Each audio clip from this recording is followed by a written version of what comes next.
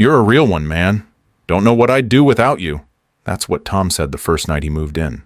Half drunk, reeking of motel mildew and desperation, gripping a beer I'd paid for. He said it like it meant something. I should have known then. 3 years ago, I gave him a place to stay, rent-free. No questions. No timeline. His wife had taken the condo, the car, the dog. All he had left was a cracked phone and a duffel bag stuffed with laundry. I gave him the guest room, my spare key, and told him, stay as long as you need. He stayed exactly 1,124 days. The guest room was my home office. I moved my workstation to the kitchen counter, boxed up my whiteboard and printer, stored my ergonomic chair in the garage. Tom didn't say thanks, just dropped his bag on the mattress and took a 4-hour nap. I bought blackout curtains the next day so he could sleep better. I'm Matt, 38th, digital strategist, clean work, quiet money. I built my consulting firm from nothing. No funding, no partners, just grit and client retention. Tom and I met in college.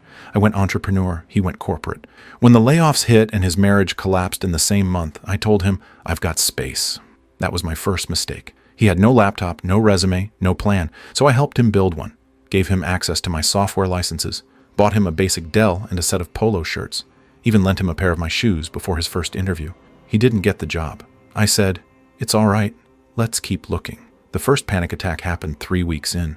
I came home from a client pitch and found him on the floor, gasping. I sat with him until his breathing slowed, drove him to urgent care, paid the bill up front. Pay me back when you can, I said. He nodded. He never brought it up again. He started helping out with small tasks, cleaning dishes, organizing my pitch decks. I noticed him hovering during my Zoom calls, watching how I talked to clients, how I sold trust without ever using the word sell. One night he said, man, you make this look easy. I poured us 2 fingers of bourbon. It's not. Year 1 passed quietly. I absorbed the rent, absorbed the groceries, absorbed the silence when he started staying out late again, said he was networking. I believed him. I let him shadow a few client calls, offered him minor subcontract work, nothing sensitive, just copywriting and revisions. He started calling himself a brand architect. I didn't correct him. Then came Amanda, my ex. We dated seriously for a while. She left when I prioritized work over weekends, proposals over anniversaries, told me I was reliable, but not present. We'd reconnected. Coffee turned into lunch. Lunch turned into nothing. Then she stopped replying. I figured life happened. 2 weeks later, I came home early from a strategy session. Tom was in the kitchen wearing my watch, pouring from my 18-year Glenlivet, humming to himself. Big day? I asked. He grinned. Got something cooking. When he handed me a glass, I noticed a red lipstick stain on his collar. Amanda wore that shade. I didn't say anything. Later that night, I went to check my email and noticed the desktop still logged into Tom's account. He'd used it for a webinar. 1 tab open. Client login page. My client. My dashboard. Watermarked with my initials. Only visible if you knew where to look. He didn't close it. I didn't confront him. Instead, I brewed coffee, sat on the balcony, and stared out over the city we both used to dream about. I remembered the night I helped him rewrite his LinkedIn profile. The day I bought him a suit for his fake interview. The week I moved my meetings so he could use my desk for focus time. I remembered him crashing on my couch, whispering, "You're my brother, man." Nobody else showed up for me. I remembered believing that meant something. The next morning he made coffee like nothing happened. I might be getting flown out to LA for a brand workshop, he said. Crazy, right? I smiled. Congrats. He didn't notice my eyes didn't move. I had work to do. I wasn't planning to go out that night. Tuesdays weren't my thing. But Laura insisted. You haven't shown your face in months, she said over the phone, her tone just on the edge of exasperated. It's 1 cocktail. Happy hour at Preston's. Everyone from the old team's gonna be there. I told her I'd think about it. Then I looked at the desk where Tom had left one of my invoices, unasked, unopened, and clearly scanned, and said, yeah, sure, why not? Preston's was loud. All exposed brick and Edison bulbs, the kind of place where every drink came in a short glass and people pretended to network while secretly trying to look successful. I wore black, ordered neat, and slid into the back corner of the bar, just close enough to wave at Laura. She hugged me like I hadn't been gone for years. You look like someone who just ghosted a funeral, she said, sipping something pink and expensive. Business has been heavy, I offered. She raised an eyebrow. Still mentoring your roommate? Something like that. It took maybe 20 minutes before I heard it. I didn't mean to be eavesdropping. Oh, not really. The bar wasn't that big, and the table behind me was loud. 3 guys, mid-30s, overdressed, New money or faking it. The kind that ordered Blanton's but couldn't pronounce it. They were talking shop. I tuned out until one name hit like a freight train. Tom Kingston, you know the guy? Total killer. Came out of nowhere, poached a whole marketing portfolio off his mentor, apparently. There was laughter. Clinking glasses. Another voice. Yeah, and he's dating the guy's ex too. Cold as hell. Pause. Wait, Amanda Connolly? Yep. Said she told him the other dude was too stiff. No edge. Said she only stayed with him for his stability. Laughter again. Louder this time. Dude's got no idea. I didn't move. Not a muscle. Not a twitch. I stared into my drink like it held the answers to every question I hadn't wanted to ask. Laura leaned in. You okay? Yeah, I said. My voice sounded like someone else's. Just thinking. She followed my gaze, half turning toward the voices behind us. I saw it in her face when she connected the dots. Laura had always been sharp. I didn't know you hadn't heard, she said softly. I assumed you knew. I do now. We sat there for a while, not talking. The bar noise blurred. My glass emptied. I didn't refill it. Eventually, I stood. Laura grabbed my wrist gently. You're not going to do anything stupid, right? No, I said. Nothing stupid. Just one email. Tom wasn't home when I got back. His keys were gone. So was the gray pea coat I bought him 2 winters ago, still missing a button I'd offered to fix. I stood in the entryway for a moment. The place was quiet. Too quiet. A kind of vacuum left behind by something I hadn't realized was already dead. His laptop sat on the coffee table. Still open. Slack notifications pinged softly in the corner. I stared at it for a long time before sitting down. The pitch deck was open. Clean. Polished. Mine. Not just inspired by mine. It was mine. My structure, my design, my copy. Except at the top where his name sat alone. No mention of me. No footnotes, no logo. Amanda's name was on slide 7. Creative lead. I scrolled. Slide after slide. Lifted word for word. He didn't even bother to change the brand colors. There's a specific kind of silence that falls in your own home when you realize you've been betrayed there. It's not dramatic. It doesn't howl or moan. It rings. Rings in the way your mind does when the air leaves the room. When the puzzle pieces click, and you understand what should have been obvious months ago. Amanda had messaged me out of nowhere 2 months ago. That was the hook. She'd ghosted me a week later. Just vanished mid-conversation. I chalked it up to life. Or second thoughts. Turns out she hadn't ghosted me. She just changed the channel. I checked my email. Nothing from Tom, of course, but in my spam folder, something new. A calendar invite. From a client I'd worked with for years. Strategy session with Thomas Kingston. Brand realignment proposal. Scheduled for next week. Attached to the invite was a Google Doc. Tom's notes. Amanda's comments. I read it all. Then I closed my laptop. And I sat there, staring at the wall, thinking about all the ways I could respond. Yelling. Breaking things, sending angry messages, posting receipts. I did none of those. Instead, I poured a drink. Not my bourbon, just water. I drank it slowly, then opened a folder on my backup drive I hadn't touched in 3 years. It was called Failsafe. Inside were contracts, client NDAS, source files, metadata audits, watermarked proposals, time-stamped decks, a signed release Amanda had forgotten she co-signed with me when she tried to land a tech brand, one she later handed to Tom. All backed up, all mine. Tom came home at 1:13 a.m. I didn't say a word, just watched as he tiptoed past my door, jacket half off, his cologne clinging to the hallway like smoke. I waited until he was in bed before I wrote the subject line. Intellectual property violation. Immediate action. Required. I didn't send it. Not yet. I wanted to sleep first. I wanted to send it well rested. The next morning, Tom was already gone when I woke. There was an empty glass on the kitchen counter. My favorite whiskey. Gone again. He'd left the bottle half full, cork off, careless. He left a sticky note on the fridge. Big meeting today? Wish me luck. I peeled it off slowly, folded it in half, and threw it away. My phone buzzed. A message from Laura. Laura, you okay? I've been thinking about last night. Me. I'm fine. Laura, you sure? Because he's still bragging about you not knowing? Me. He'll stop bragging soon. I sat at the desk, the one I used to use before I gave it up for him. Opened my email, breathed in, hovered over the send button, smiled, and thought, no one ever thanks the guy who kept them from falling. But they sure notice when he lets go. I didn't hit send. Not yet. I let the draft sit in my outbox for a full day. Not out of hesitation, but precision. If you're going to pull the pin, make sure the grenade lands exactly where you want it. Tom thought he was clever. He thought poaching clients was bold. That sleeping with my ex made him sharp, untouchable. Maybe in his world, Betrayal was just ambition in better clothes. But what he didn't know, what none of them ever bothered to ask, was that I never built anything without backups, fail-safes, triggers, quiet lines of defense embedded in places no one looked. When you build alone for years, you don't just protect your work, you protect yourself. The folder was called Fail-Safe, buried under 3 decoy layers in an external drive I hadn't touched since 2020. Inside were exactly what I remembered: the signed NDAs from every client, original timestamps of every asset, metadata logs with my digital fingerprint across all proposal templates and strategy decks, a proprietary client portal interface, one I wrote in Python years ago, tagged with my personal key. Tom had cloned the look, not the structure. I could tell from a single screenshot. Sloppy. Amanda's name was on one contract in particular, a joint licensing deal from when she'd tried to launch a fitness-wellness hybrid brand and needed me to build the back end. She never finished the project. I retained the IP.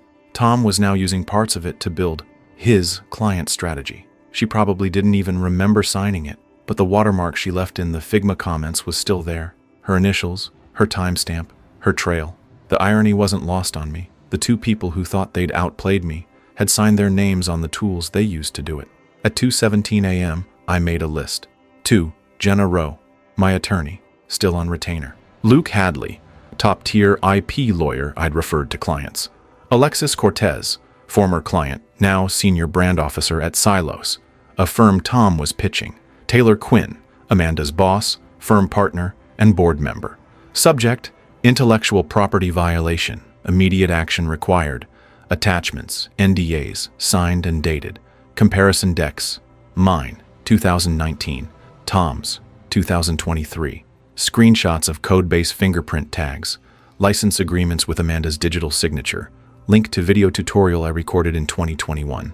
Same structure Tom now calls innovative. I didn't add commentary. I didn't accuse. The facts were enough. I closed the email draft and encrypted the files again. Tom still hadn't noticed that I'd locked him out of 3 shared folders, too busy playing King of a Kingdom built on stolen bricks. That morning, he swaggered into the kitchen wearing my old watch, the one Amanda gave me on our first anniversary.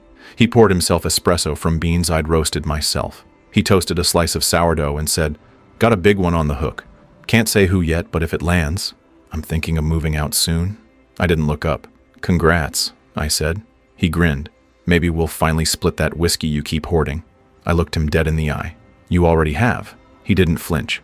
Either he didn't understand or didn't care. Either way, it didn't matter. When he left, I changed the Wi-Fi password. He'd been piggybacking off my setup for too long.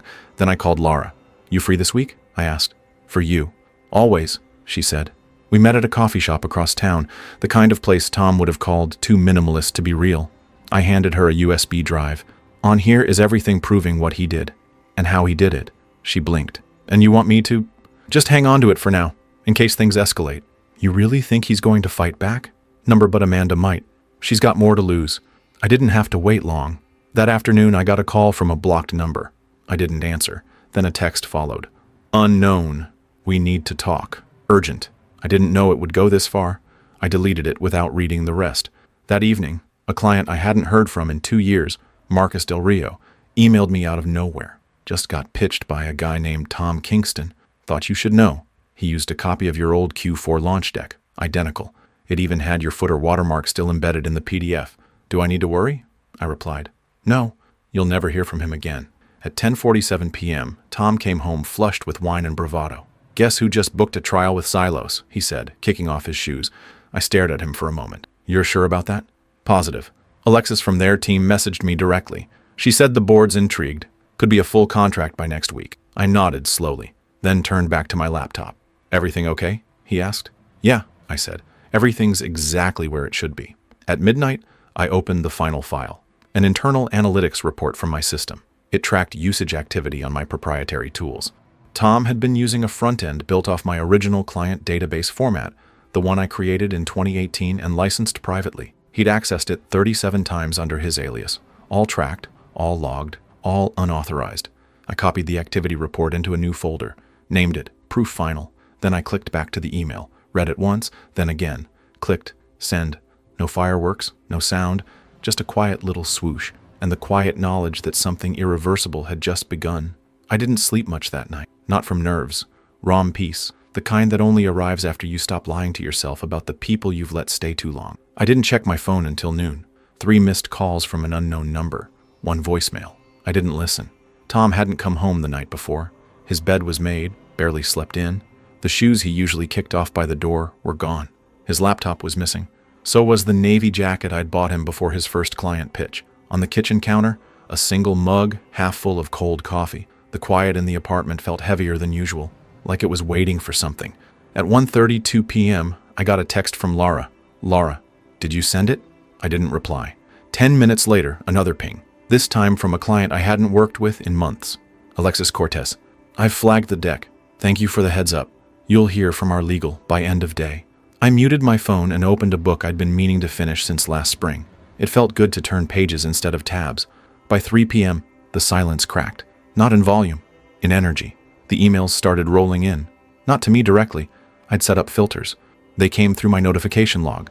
Unsubscribe alerts from tools Tom no longer had access to. He was being locked out, one system at a time. The IP registry confirmed the flags I'd filed were active. Amanda's name had triggered 2 clauses automatically. 1, breach of contract. 1, violation of co-owned property used in an active sale without consent. I hadn't needed to accuse them of anything. I'd just shown their work. The first message that made me pause came from a blocked number. No name, just a transcript. Voicemail. 1:44 p.m. Matt, it's Amanda. Look, I didn't know he was using your stuff. I thought he'd made it. He told me he built it from scratch. Please, can we talk? I didn't mean for this to happen. Call me back, please. I saved it to a folder titled Disregarded. At 4:12 p.m., I received an email with a legal CC line from Silas Brand Legal, TU, Thomas Kingston, CC, Matt Elridge, Alexis Cortez. We are initiating an immediate review of your proposal and the assets used therein. Preliminary audit suggests a material breach of intellectual property boundaries. Tom had blind copied me on the pitch email 2 days ago. Now I was on the official reply chain, as the injured party. By 6 p.m., I heard the front door jiggle, then rattle, then stop. Tom's key didn't work anymore. I watched the deadbolt tremble once more from the inside, then silence. A knock followed. 3 taps. Matt, you home? His voice was cautious. Not angry. Not yet. Not even scared. Confused. Dude, I think we need to talk. I don't know what's happening, but Alexis just emailed me. Something about legal flags. What the hell, man? I didn't answer. Didn't move. Didn't breathe. The door stood still between us. After a pause, I heard him sigh. Then the shuffle of footsteps retreating down the hallway. I waited until dark to leave. Not out of fear. Just timing. I left the key on the counter. His, not mine. I packed 2 bags.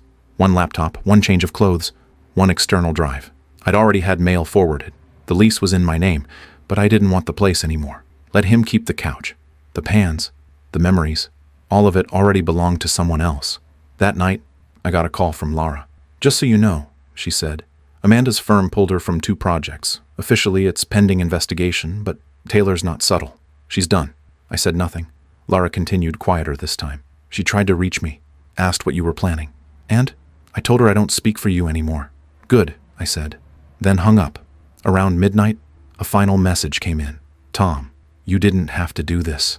I thought we were friends. You could have at least told me to my face. This feels low, man, real low. I stared at the message for a while, then typed exactly 2 words. Check Slack. I knew what he'd find. The workspace is gone. The admin access revoked. His name erased from a system he never built, just borrowed until it broke. The next day, Alexis emailed again. Appreciate the heads up. We've notified our legal counsel and dropped the pitch. If you're open to discussing future work, let me know. I closed the email. Didn't respond. Not yet. I got another message from Amanda 2 days later. This one was long, apologetic, begging for nuance. I was caught in the middle. I didn't mean to hurt you. I didn't know he was using your work. Please don't shut me out like this. We had something real once, didn't we? I archived it. No response. Not because I hated her. I didn't. Not even because I wanted revenge. Just because I finally understood she was never really with me. She just liked what I built. Tom moved out the following week. He didn't tell me. I wasn't there. Lara said she saw him at the co-op with a duffel bag and a vacant look. He looked smaller, she said, like someone who'd been asked to finally carry the weight of his own name. Amanda deleted her LinkedIn. Tom's new portfolio domain redirected to a 404 error.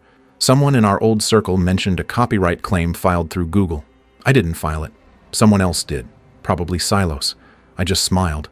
The truth doesn't need a spokesman. It just needs a trail.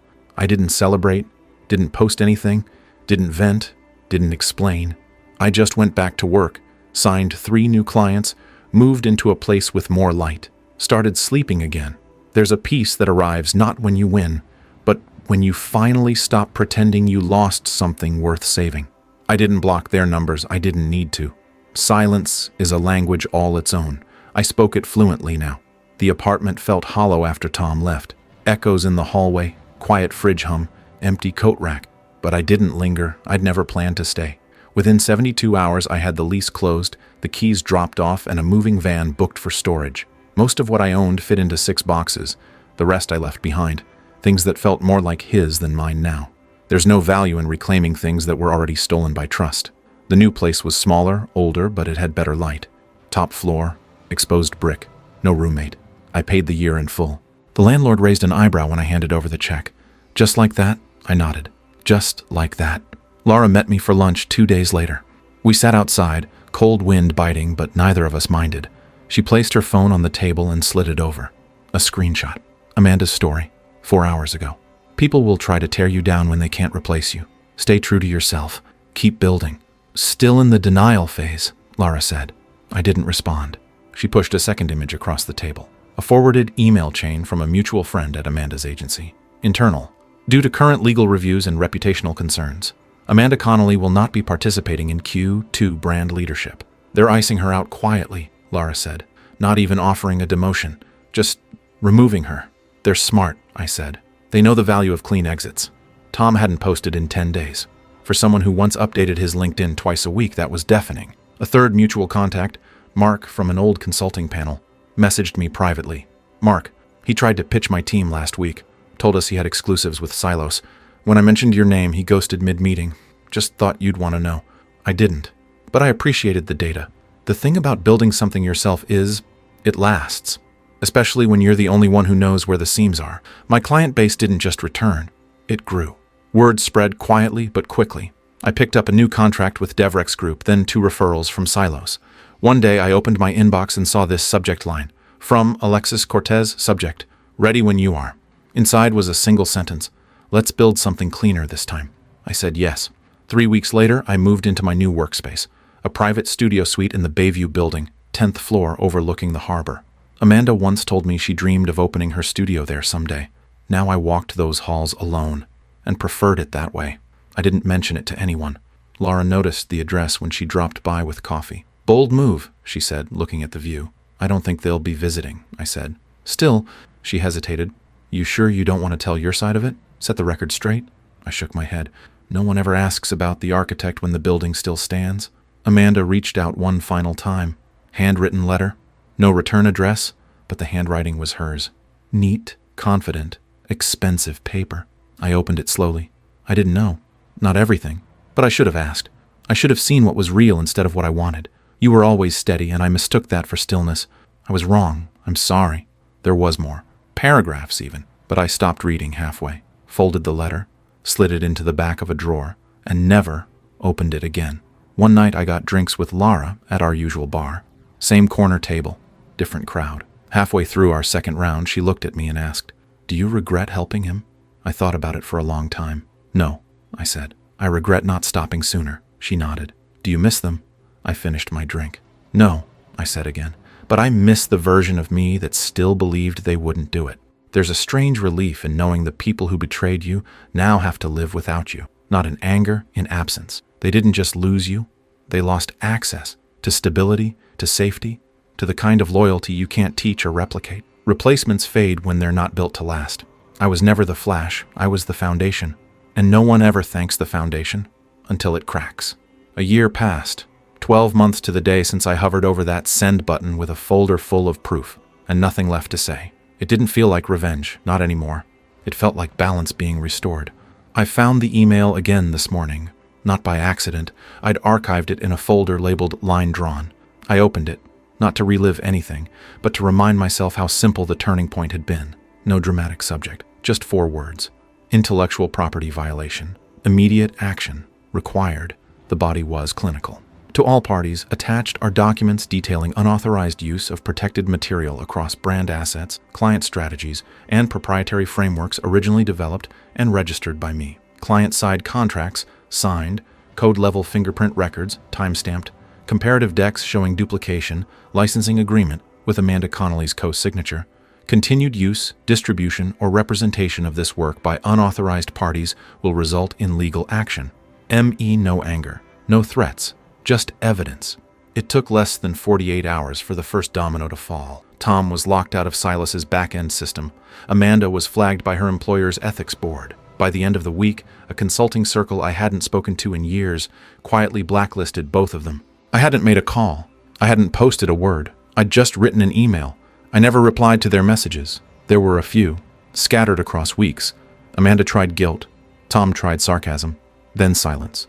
Eventually, the number of attempts slowed, then stopped altogether.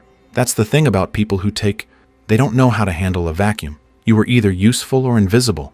Once you're no longer handing them the sword, they forget you ever had the power to swing it. Let them.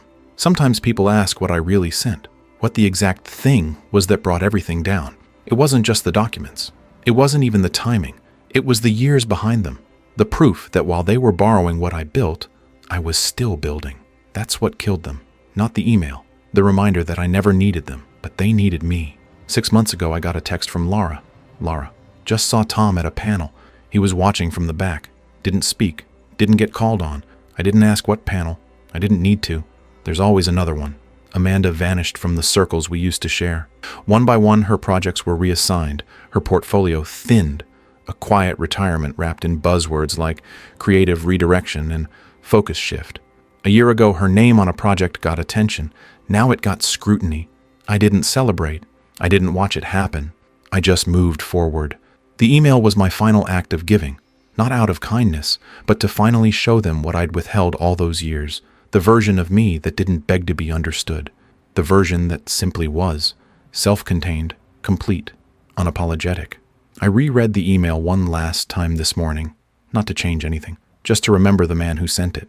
Then I clicked delete, not archived, not stored, deleted, because some things, when finished, deserve to stay that way. I walked to the window of my office, 10th floor, Bayview, harbor in the distance, a little rain on the glass, clients' names scrolled on my screen behind me, contracts signed, payments pending, systems in place, stable, mine. They thought the email was the explosion, but it wasn't. It was the silence afterward, and everything I never said again. That's all for this story. I'll be back with another one. If you haven't already, please consider subscribing to the channel. It motivates me to create more content like this.